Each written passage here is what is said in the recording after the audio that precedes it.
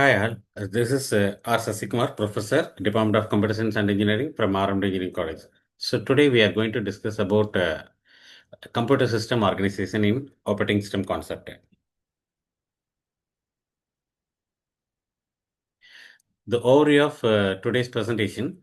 Uh, First one, computer system organization. The second one, computer system operation.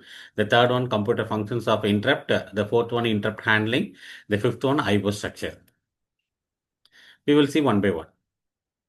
So, computer system organization, right? Actually, this computer system organization, it will display the structure of CPU, memory, IO devices, and how they are connected. So, here we have some components: memory, CPU, disk controller, USB controller, and graphics adapter, keyboard, mouse, printer, monitor. We have all the devices. Okay, so then the computer system organization, which describe how all the devices are communicated. So that is the important concept of computer system organization. We can use either a single CPU or one or more CPU device controller connect through common bus, providing access to shared memory and concurrent execution of CPU and devices computing for memory cycle. So we will see one by one. The structure and components of computer systems mainly called what the first one, CPU. CPU is known as a central processing unit, which is used to execute the instruction. The second one, memory. We have two types of memory. Primary memory. It has two types, RAM and ROM. RAM is a temporary memory. The user can access the both read and write. Everything can be done with the help of random access memory. ROM is what read-only memory, but the ROM programs are developed by the manufacturer, not by the user. So the memory which describes only what RAM only. So the RAM stores the data and instructions temporarily. And the third one is what IO devices. So IO is devices nothing but what input and output devices like a keyboard, mouse, printer, monitor, everything. And fourth one is called what a storage device. If you want to store the data permanently instead of random access memory, then we go with disk controller, that is a disk, hard disk drive or SSD. And we have a system bus. What is the use of that bus means what here? The bus is nothing but what a collection of wires which is used to connect all the components together. So it connects all the components for data transfer, include address bus, data bus, and the control bus. So the operating system acts as a manager, the coordinating interaction between all these components. That is called what computer system organization. I hope you understand this concept. Then we will move on to computer system operations. This computer system operations, which describe how the computer works during its normal operations. Some important key points I have mentioned here. The CPU execute instruction stored in memory.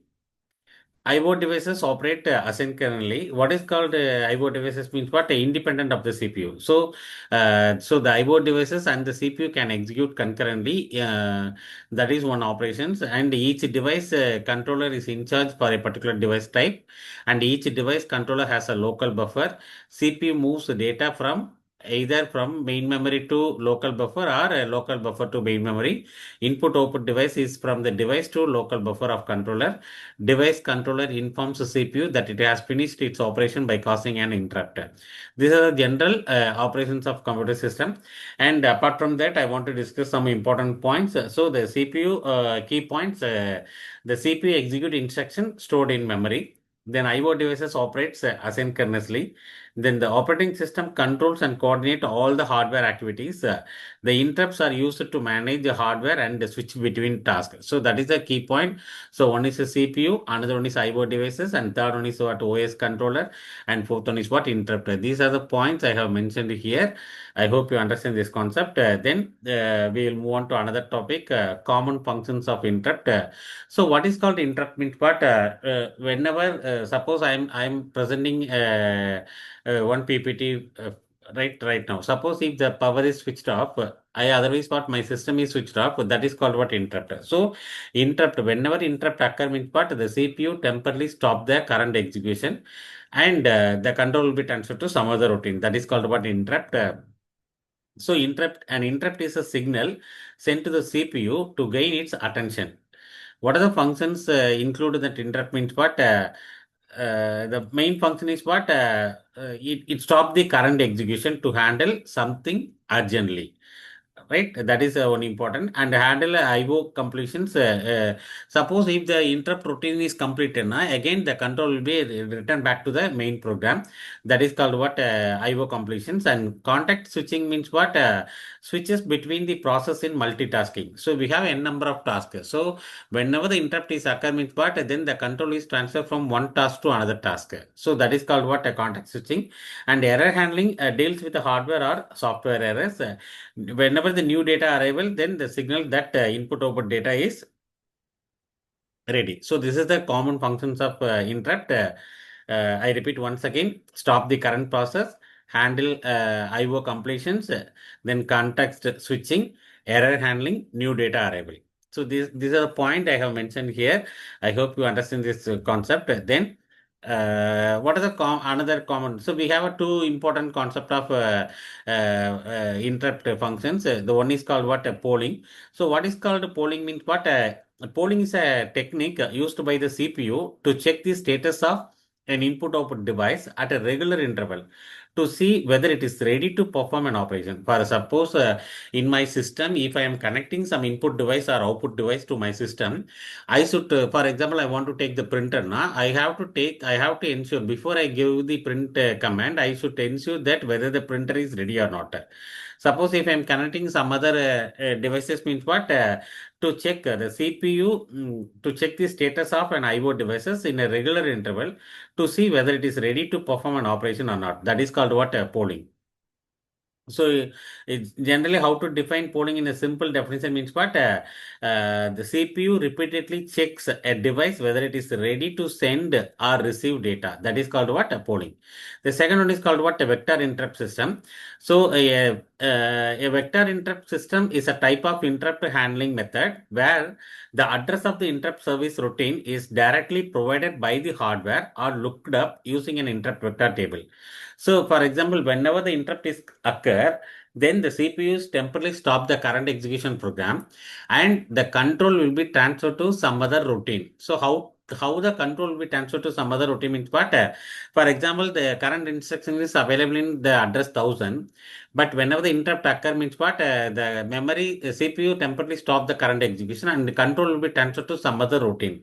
So that some other routine address, that address will be provided by the interrupt service routine. So then the control is transferred to that interrupt service routine and execute that process. And after execution that interrupt service routine process, then again come back to the main program. That is the concept of vector interrupt system. So how to handle that interrupt? The interrupt handling is the process of responding to an interrupt. The first step, interrupt occur. So whenever the interrupt is occur, either from keyboard or disk. Suppose if the keyboard failure, we are not able to type anything. That is also one interrupt. If the memory is not sufficient to store the data, that is also one interrupt. So we have to give more attention to that particular IO devices or memory devices. So that is called what interrupt occur. So whenever the interrupt is occur, what is the CPU? The second step is what? CPU stop the current process and the control is transferred to some other routine, or the CPU will give special attention to that emergency. Then third step is what? A control moves to a special code, that is a interrupt service routine. So in that programming, for example, I want to develop one calculator program. So instead of writing all the codes sequentially, I have to use some various functions like addition, subtraction, multiplication, and division. So whenever I want to perform addition operation, I should call that add of function. Subtraction a subtraction of function. I can call that multiplication, division. So that is also called what? One interrupt. So the control will be transferred to add function and execute that routine. Again, come back to the main program. The next function is what subtraction. The control will be transferred to some special code. So that is the first. So whenever the interrupt occurs, CPU stop the current process, then the control moves to a special code. That is called what interrupt service routine. And the interrupt service routine handle the interrupt. That is reading the data from the disk. And once the interrupt service routine is completed, again CPU resume the previous process after completing the ISR. That is a interrupt handling process responding to an interrupt. I hope you understand these five steps. And the next one is what in system call and device status table. So what is called a system call means what? A system call is a way for user program to request a service from the operating system. That is, request to the operating system to allow user to wait for input output completion. That is called what? A system call. It is a programmed request to the operating system to perform a task that the user program cannot do directly, like accessing hardware or managing files. That is called what? A system call. So it is a programmed request to the operating system to perform a task that the user program cannot do directly. That is called what? A system call. The next one is what? Why do we need a system call means what? User programs run in user mode, which is restricted for safety purpose. Only the operating system can access a critical resource. So the OS only having the entire control. The user programs run in user mode. The user mode is restricted for safety purpose. So the operating system can access a critical resource like hardware, process control, file system. So to bridge this gap, system calls are used. The next one is what? A device table. So a device status table is like a register or a logbook of operating system, which is used to monitor what each hardware device is doing, whether it is idle, busy, or in error condition. So that is called what? A device status table. It contains an entry for each IO devices indicating its type, address, and state. Whether it is a system is an idle condition, yes, idle. The status is what? Idle. Suppose the system device can be used by someone means what? Then the status is busy. Suppose if the device is not ready means what? The status is error. And that is what a type of status. And address bus. So for example, one input device, the address of the keyboard is different. Address of the mouse is different. That is it. So the address can be mentioned. The state, so type of IO devices, then the state is what? Either busy or idle or error condition. This is the concept of system call and device status table. And the next one is what? IO structure. So IO structure, we have it refers how the input output devices interact with the CPU and memory. There are three common methods available. One is called what? A programmed IO. The second one is called what? Interrupt driven IO. The third one is called what? A direct memory access. So what is called a programmed IO means what? A CPU actively waits for input output to complete. That is called what? A program input output. Interrupt driven input output means what? A CPU gets interrupted when IO is ready. So I am connecting one input device and output device. Suppose if the input device is ready now, then immediately what? One pop-up message will be displayed on the CPU, on the monitor. So the CPU gets interrupted when IO device is ready. This is more efficient.